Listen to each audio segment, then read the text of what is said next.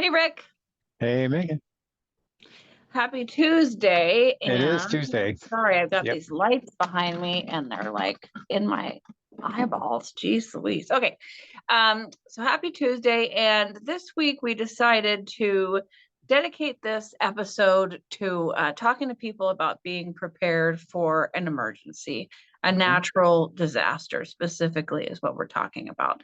We have been just inundated with these horrible, sad stories of these poor people in the Southeast.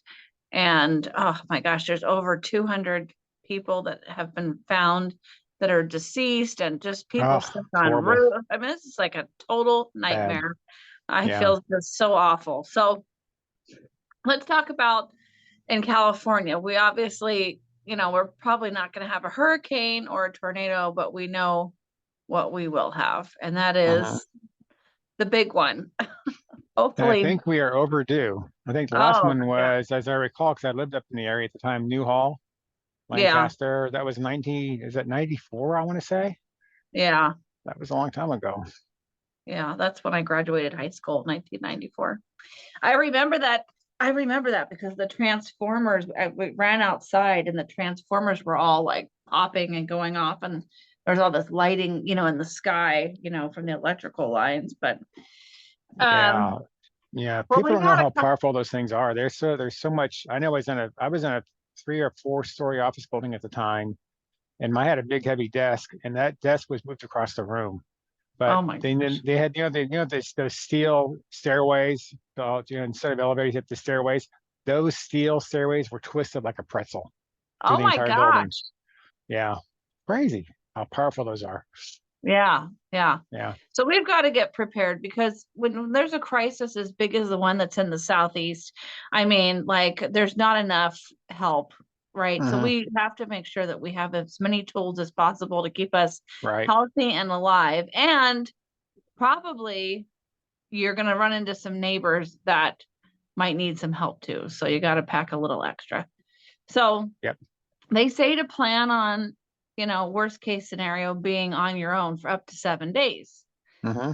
Yeah. So we look and we say, well, what do we need to survive? And they say you should have a gallon of water per person for Per all day. that. Yeah, per day. Hmm. And if you've got a cat or a dog or a bird, lizard, they need water too. So you need extra, right? Hmm. And then maybe a little extra for your neighbor just in case, right? So how do you store that water? You've got to get some sort of storage system. You got to pick out a safe place in your house to put these supplies so that the plastic that your water's in isn't getting, contaminated and broken Right. down in the sun and the heat and that sort of thing, right? Mhm. That's We right. have to be careful. And then we have at our house too, we have life straws. Have you heard of those? I have heard of those. The filtered straws, right? Yeah. Hmm. Okay. So we have a pool. So if the stuff really hits the fan, you can maybe boil the water, use your life straw. I'm not sure, but when you're thirsty, right? Right. So anyway, so then you've got to have enough food for everybody, and you can buy the dried out food that you can just sort of mix with water, that sort of thing. I think you can Hmm. get a pretty big kit from Costco, and but I'm not sure how long it lasts. And wouldn't that be funny? Did you ever have those times where you're like, well, we got to eat everything that's left over in the Yeah, right. refrigerator? You're like, well, the earthquake kit is coming due. We better mix up all this food and eat it. Right? It's like you never know because Oh with man. earthquakes, we don't get any like warning. It's like we got a 3 notice, hey, it's coming, it's coming. Get out of town, get out of the earthquake zone. No, we don't have that option. We just cram it happens, and then Yeah. there's no looking back. You have to be ready or not. Yeah. So I think Costco sells like a big container of like dried food. I'm pretty sure that's where Okay, we got ours the last time. But then you got makes to sense. check maybe once a year, check your emergency supplies, see if they're rotten or if something got in them, if you have a rodent situation. Oh yeah. Yeah, and check the dates on everything. And then prescriptions. You need Mm, prescriptions. You have real glasses. I have reader glasses because I probably need some real glasses. But maybe you put an extra pair of glasses uh in your emergency supplies. You never Doesn't know. hurt. Have the Yeah, backup ones in there. Yeah, if yeah, something happens, you still got to be able to see around the house, get things done. right. Mm-hmm. You've got to have talking about seeing around the house. What are you gonna have? You're gonna have like maybe a lantern, some candles, some matches, Mhm. that sort of thing. Dog Well, food, cat yeah. food. I think for most of us, one thing we probably don't have enough of. I'm kind of a crazy person about flashlights for some reason. I got flashlights everywhere. It drives my kids crazy. What a flashlight? That's got flashlights. Yeah, but you know what? I want to be prepared.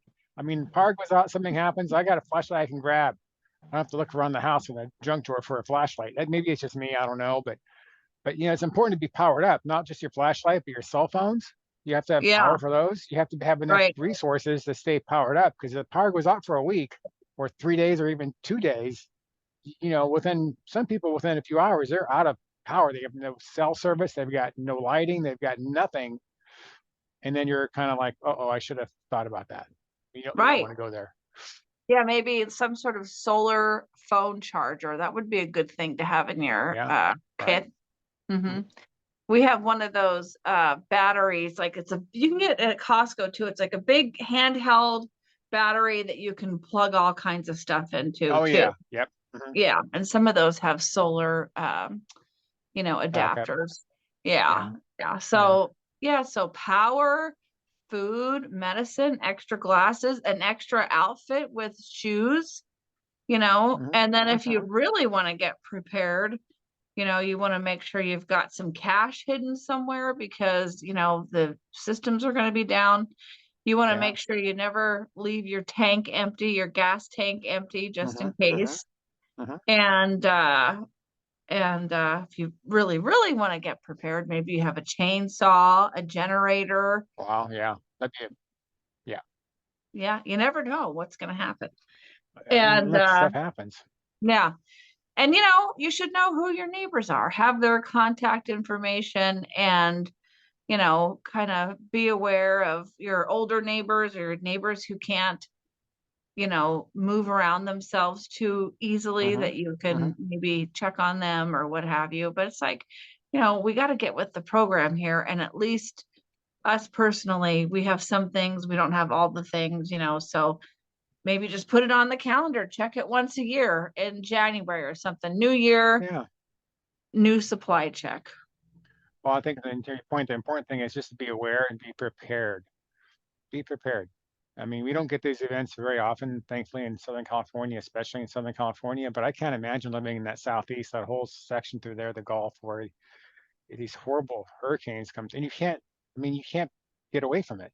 You're Right. just gonna have to. At least they get enough notice where they can get out of town. At least get away from the damage, personal damage. But you can't. Some people just don't get out of town. They stay. Right. They want to hang out. They want to protect their house. They don't realize that you can't protect the house. When you have something that strong happening, you can't protect your house. No, I have a friend who has a house on the Gulf Coast, and it got obliterated. I mean, it's Can't even gone. imagine. I know, Yeah. I can't imagine, because of the horse thing. I think about all the people that have horses there. I mean, Florida people, a lot of people have horses there. It's Hmm. like Hmm. you got Hmm. to get them out, and then like if you were low on your hay to feed them, like now you're really up the creek. You have to throw them in Hmm. the trailer with all their food and drive as fast as you can somewhere else. And horses eat a lot of hay. They eat like a Yeah, I bale a imagine they week, you would. know what I mean? So you Yeah, have to right. make sure that you don't let things get to empty, your food, your Hmm. animals' food, and your gas tank. You just, need to be aware, because if there's a big disaster here, we are really going to be up the creek, because it is going to be Yeah. buildings down. Yeah. And I'd say for the most part, people in Southern California are just not prepared. They are not prepared Mm-hmm. Mm-hmm. because we don't have these types of things, but we still want to be aware of it and be prepared. Did you feel the last earthquake last weekend? It was like a 4.7 at like 4 in Oh, the I morning. must have been sleeping really hard. I typically would feel those things. I didn't feel a thing, and no one told me about it either. Yeah, I I mean, I didn't didn't I hear didn't about it. feel it. I always feel everything, but but it Mhm. woke Brianna up at her house, and she doesn't wake up ever for anything. And so she was pretty shook. She said it was loud and her house Oh, was shaking. Yeah. that moving, So, that shaking, you see the walls moving. It's like, ah, not a good oh feeling. yeah. That's the interesting thing about living in 100-year-old plus two-story house, you know? Yeah, I can only imagine, right? It's like, okay, Oh you man, know. it makes a lot of noise during an earthquake. I just run like hell. I know, I'm just kidding. Well, But my daughter Kristen was a nurse at UCI, and then when we had a couple weeks ago, guess it was. She called me and said she was on. Did you feel that? I said no. The hospital felt it, but I did not know this. Check this out. That hospital is built on rollers. So oh, when the quake happened, the buildings just moved with it, just went like this. oh It shook with wow. it. Just it's on rollers. So that's how Oh she my felt that goodness. it was more pronounced for her because the building was rolling with the movement of it. Yeah. Wow, Yeah. that's Oof. kind of wild. Yeah, I know. I'm not good with all that. Well, Rick, we hope that people stay prepared, get prepared, stay prepared, talk to their neighbors. We got to put this on the table to discuss. And I looked up some pretty good legitimate, which of course you have to be careful when you're donating to nonprofits, but for there's sure. Beloved Asheville, Global Empowerment Mission, Ground Force Humanitarian Aid, Mercy Chefs, of course, the Red Cross. Uh, we donated to, we found a mule team that was Okay, taking supplies in. And so, yeah, sent very them good, very some good. money to help out. So, well, Good geez. for you. All right, Rick. Well, we'll talk about real estate next week, but safety first. Always, for sure. All right. Have a good week. Talk Thanks, to you Megan. soon. Appreciate it. See you later. Bye.